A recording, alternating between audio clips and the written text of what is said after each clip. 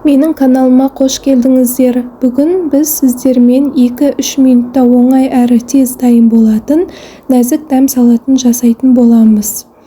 Бұл салат әрбір дастарханның көркін келтіріп тұратыны сөзсіз. Салаттың рецептін сіздер видеоның астында описаниядан көре аласыздар. Бұл салат құрамы көп емес, бірақ дәмі бай. Ол үшін бізге керегі копченая куриная грудка немесе куриная колбаса, черри помидоры, қияр, фетакса сыры, сонымен қатар салат жапырағы керек болады. Ең бірінші біз копченая куриная грудканы немесе куриная колбасаны 4 бұрышты етіп турап аламыз. Кубик тәріздес ретінде турап аламыз. Ол өте жіңішке, өте үлкен болып кетпеуі қажет. Дәл видеодағыдай ең бірінші турап аламыз.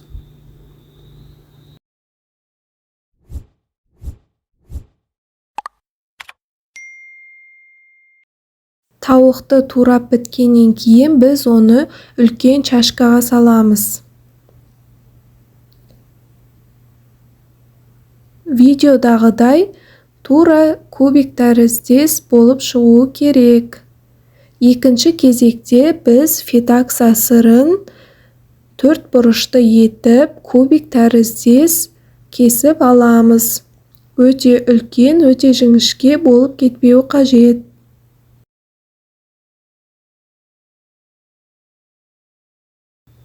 Дәл видеодағыдай турайсыздар.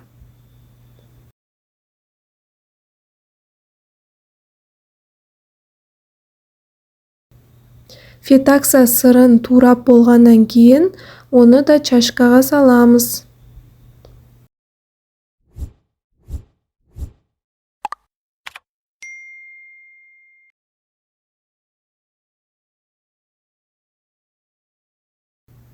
Сіздерде де дәл осылай болып шығуы керек. Келесі кезекте біз қиярымызды турап аламыз. Қиярды да кубик тәріздес етіп тураймыз.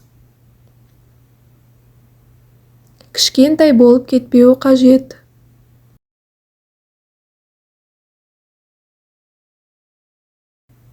Видеодағыдай турасаңыздар болады.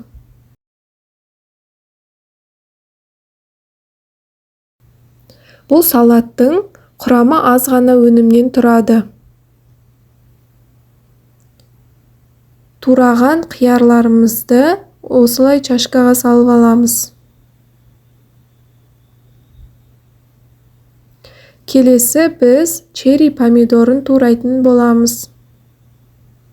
Черри помидорын ортасынан бөлсеңіз жеткілікті. Өте кішкентай болып кетпеуі керек.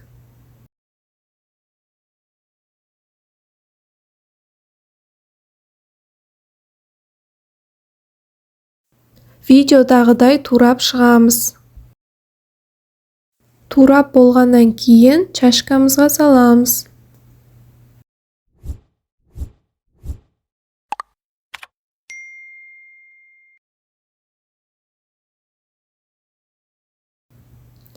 Келесі біз ең соңғы құрамын, яғни салат жапырағын турайтын боламыз. Оны қолымызбен үзіп алып, 4 бұрышты етіп үлкен-үлкен қылып тураймыз.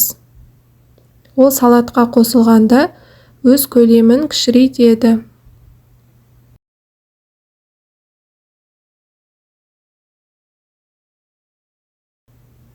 Видеодағыдай 4 бұрышты етіп үлкенірек қылып турап аламыз.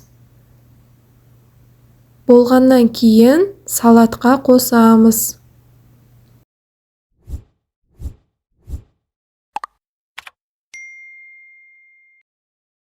Ендігі кезекте біз салатымызға дәміне қарай тұз қосамыз.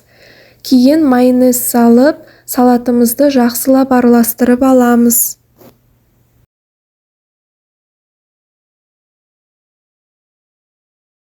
Міндетті түрде үйде жасап көріңіздер. Бұл салат санаулы ғана өнімнен тұрады. Дәмі керемет салат. Мінекей, біздің салатымыз дайын.